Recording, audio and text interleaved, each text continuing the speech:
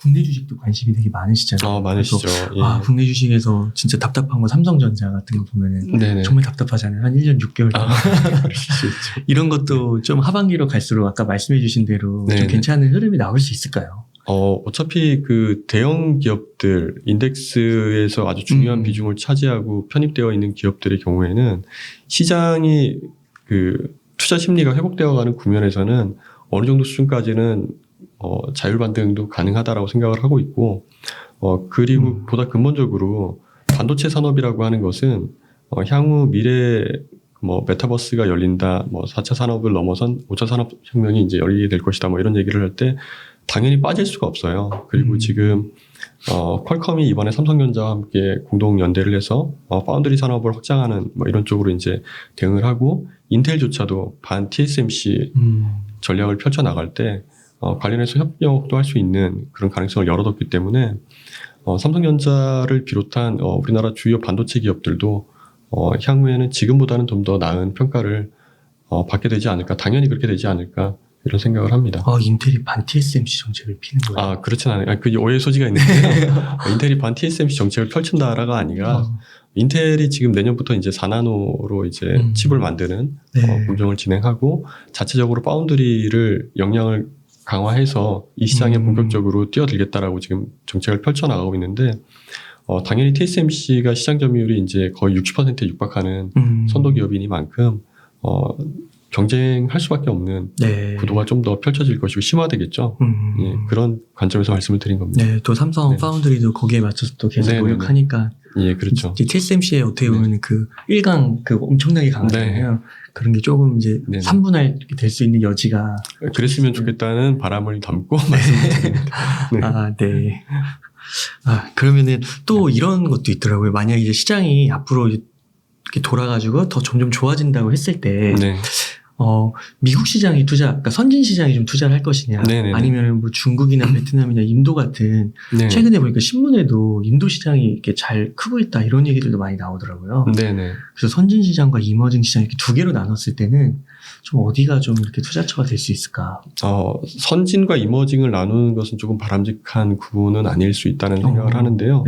왜냐하면 선진도 이제 그 미국은 저는 굉장히 좋게 보지만 유로존에 대해서는 아직 좀 의문이 있는 상황이고, 그리고 이머징이라고 하더라도 인도나 다른 나라들 괜찮다라고 생각은 하지만, 또 중국에 대해서는 또 나름 또 좀 부정적인 생각이 있는 상황이니까 좀 그 구분해서 말씀을 드리자면, 개인적으로는 그냥 미국과 한국을 가장 편하게 지금 국면에 접근하셨으면 좋겠다라는 생각을 하고 있습니다. 그 이유는 미국의 경우 내수 체력이 이제 여전히 강건하죠. 글로벌 소비의 30-40%를 차지한다라는 얘기를 할 정도로 굉장히 이제 강력한 내재화된 시장을 가지고 있는 그런 국가이기도 하고, 그리고 생산 거점을 다시 미국 내로 다 돌리고 있어요. 내재화하는 쪽으로.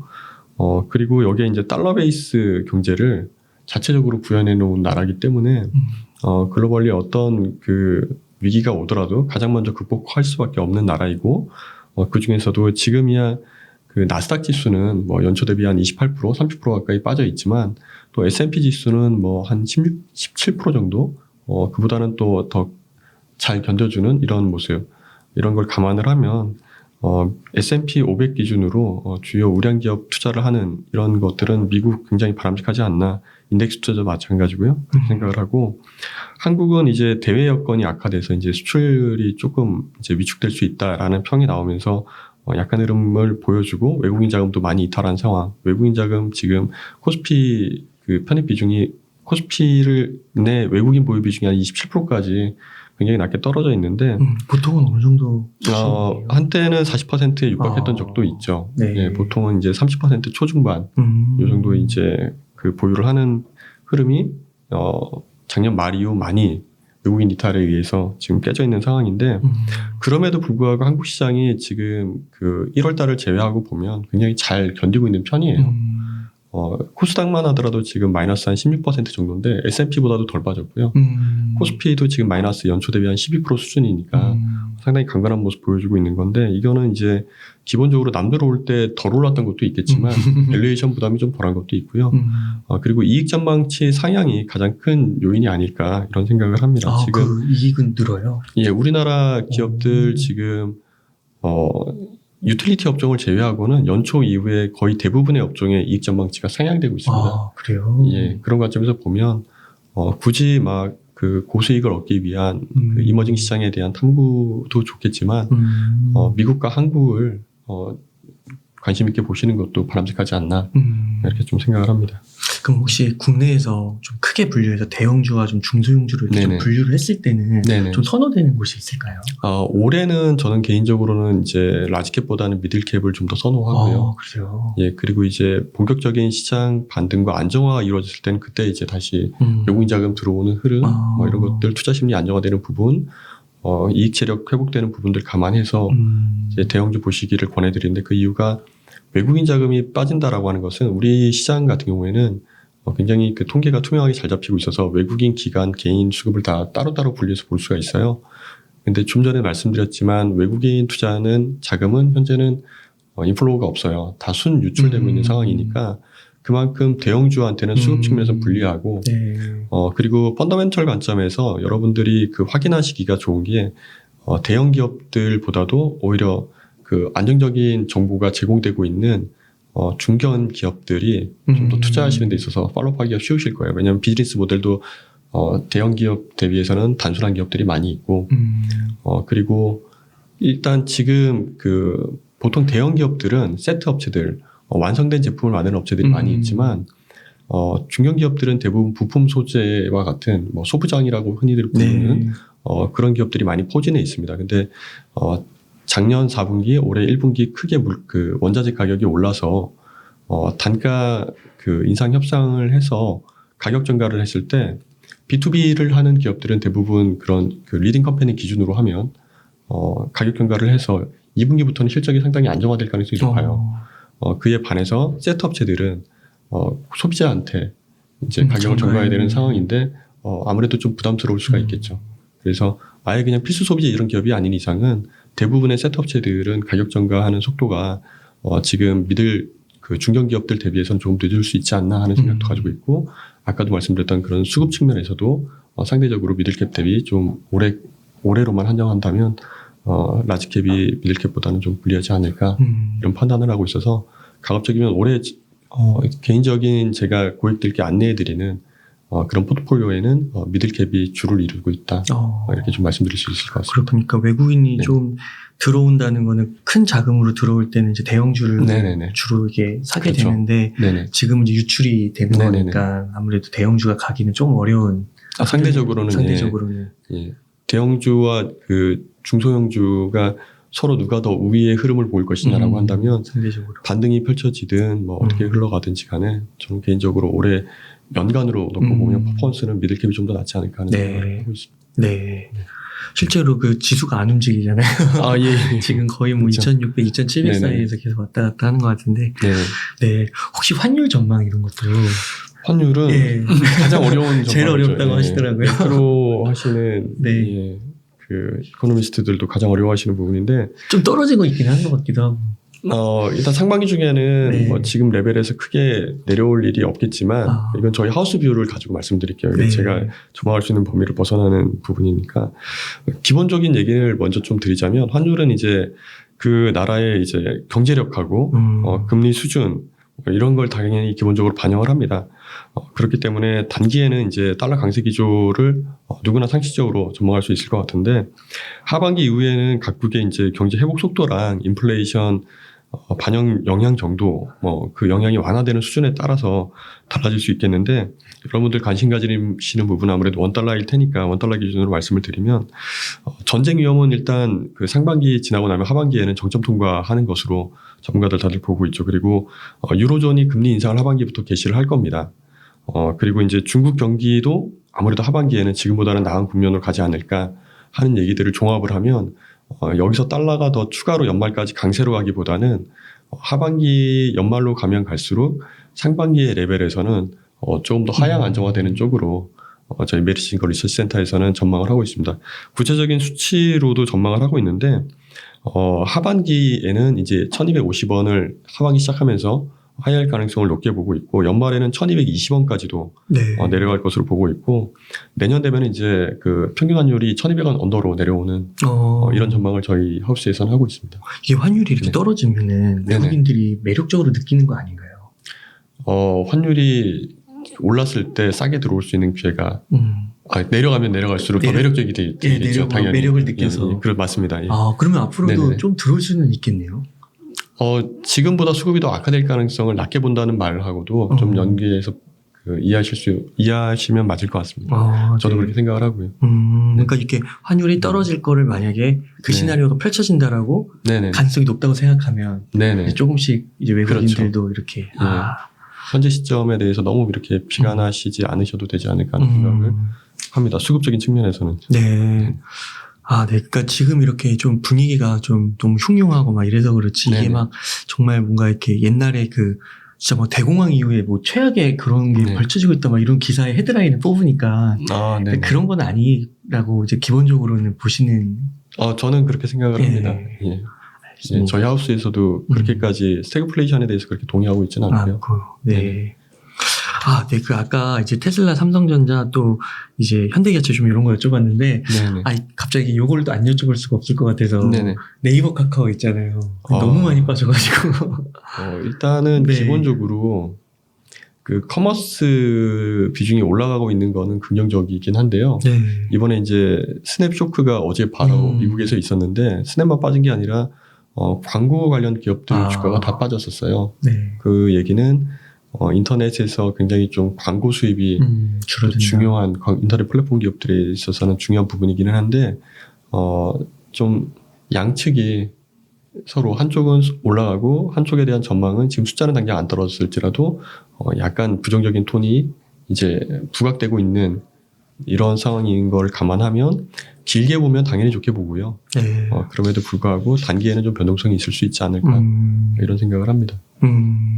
그렇군요. 진짜 그 카카오 같은 경우는 많이 빠졌죠. 네. 예, 많이 빠졌는데 이제 아무래도 인터넷 플랫폼 기업들은 그 정책 변수에 의한 영향도 상당히 많이 받기 때문에 카카오가 과거처럼 이제 아주 공격적인 M&A 정책을 펼치기는 조금 어려운 상황인 것도 없지 않아 있고요.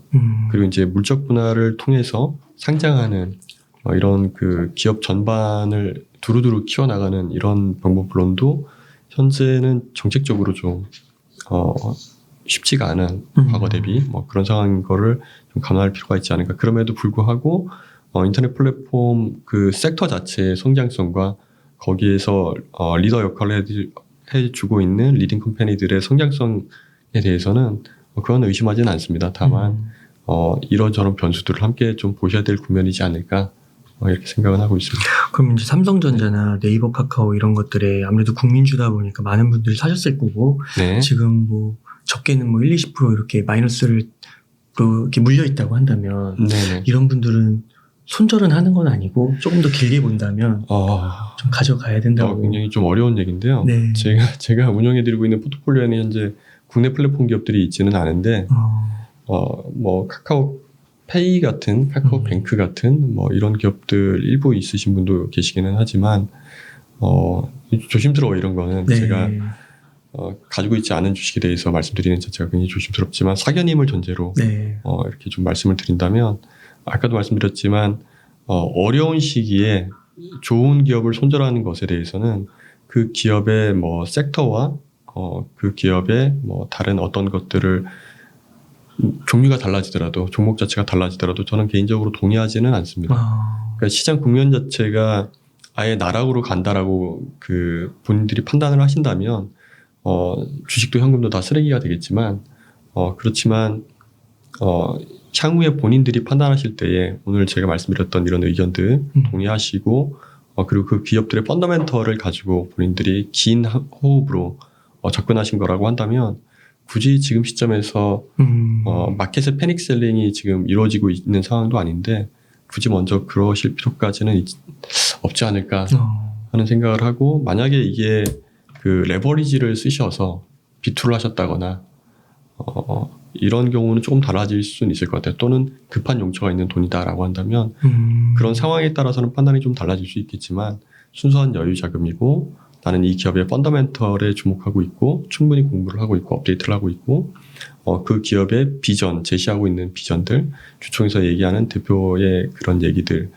이런 것들에 대해서 동의하고 계신다면 굳이 지금 국면에서 손절을 1월도 아니고요.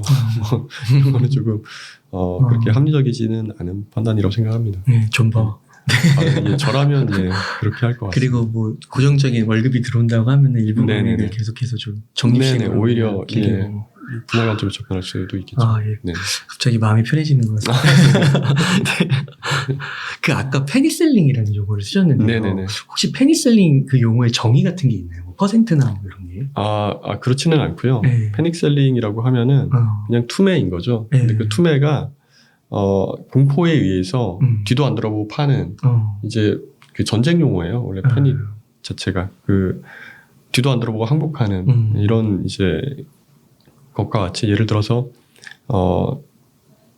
그 레버리지 투자를 빚을 내서 투자했던 뭐 신용이나 주담대를 해서 더 많이 샀던 주식들의 반대 매매가 막 나가고 그 상황에서 나도 앞으로 이 매크로가 어떻게 더 악화될지에 대해서 깊이 우려하면서 뒤도 돌아보지 않고 단기간에 급하게 빠질 때 같이 그 투매에 동참해버리는 이런 것들을 이제 얘기를 하는데 패닉셀링은 아직 오지 않은 걸로 여러 지표들을 확인해 봐도 그러니까 1월부터 4월까지 이렇게 나스닥이 많이 빠졌는데도 이제 그런 거 정도는 패닉셀링으로 보는 게 아닌가 보네요.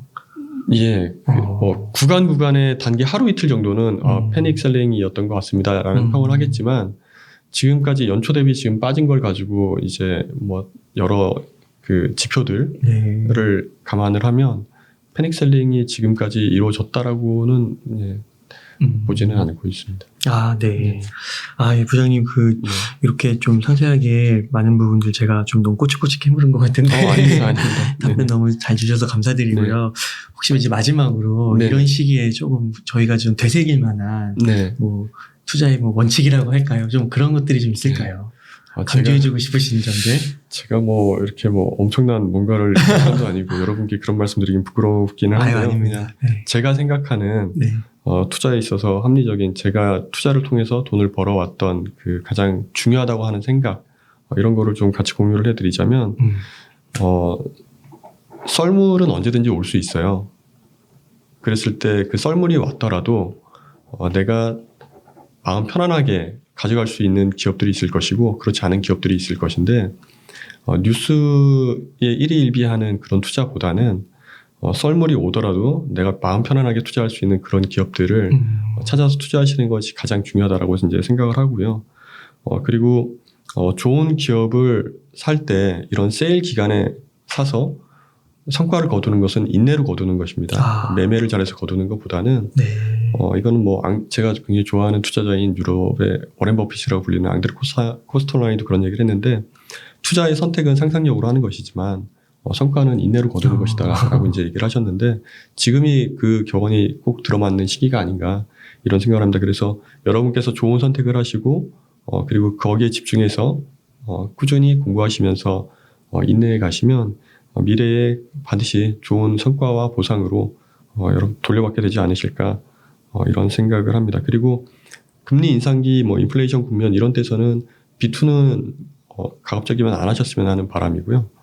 레버리지 쓰면은 그에 대한 비용 부담과 그 가격 변동성을 견디지 못해서 내가 좋은 판단을 했음에도 불구하고 충분히 인내해야 할 기회를 갖지 못하고 그 기회를 뺏겨버리는 타이에서 이런 상황들이 발생하기가 쉽거든요. 그래서 가급적이면 그렇지 않으셨으면 좋겠다.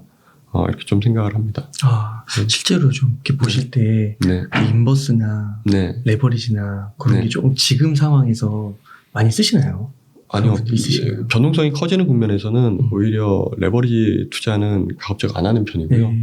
레버리지는 방향성에 대한 얘기 또는 그 절대 레벨이 얼마나 낮은가 뭐 이런 부분에 있어서 예를 들어서 그 거액 자산가들이 시장이 패닉인 국면에서 저점 매수 들어오는 지표도 있어요. 지표 중에는 그런 지표들이 쭉 올라가는 국면 이런 데서는 오히려 레버리지를 쓸 수도 있지 않을까 생각은 하지만 변동성 확대되고 시장에 좀 보수적으로 보시는 게 바람직하지 않을까요라고 얘기 드리는 상황에서 권해드리지는 않죠. 그리고 인버스는 근본적으로 보통 하락장은 짧고 굵게 오고 상승장은 길고 완만하게 진행이 됩니다. 그런 걸 감안하면 인버스 대응하기가 굉장히 어렵다라는 짧으니까 점을 좀 염두에 두셔야 되고요. 네. 또 변동성도 굉장히 급하게 짧은 기간에 확 빠지기 때문에 꼭대기에 사서 밑에서 팔고 나오시는 이런 그 트레이딩 하기 너무 어려워서 인버스 직접 해보시면 가급적이면은 경제는 성장하고 특히 명목화폐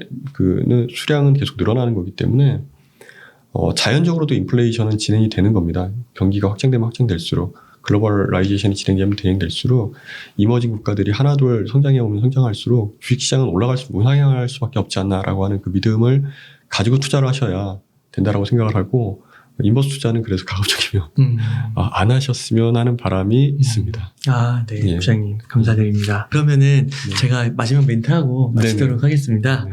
이렇게 해서 메리츠증권의 김웅 부장님을 모시고 이야기를 나눠봤습니다. 이 시간 동안 유익한 인사이트 많이 나눠주셔서 감사의 말씀 드립니다. 오늘 고생 많으셨습니다. 감사합니다.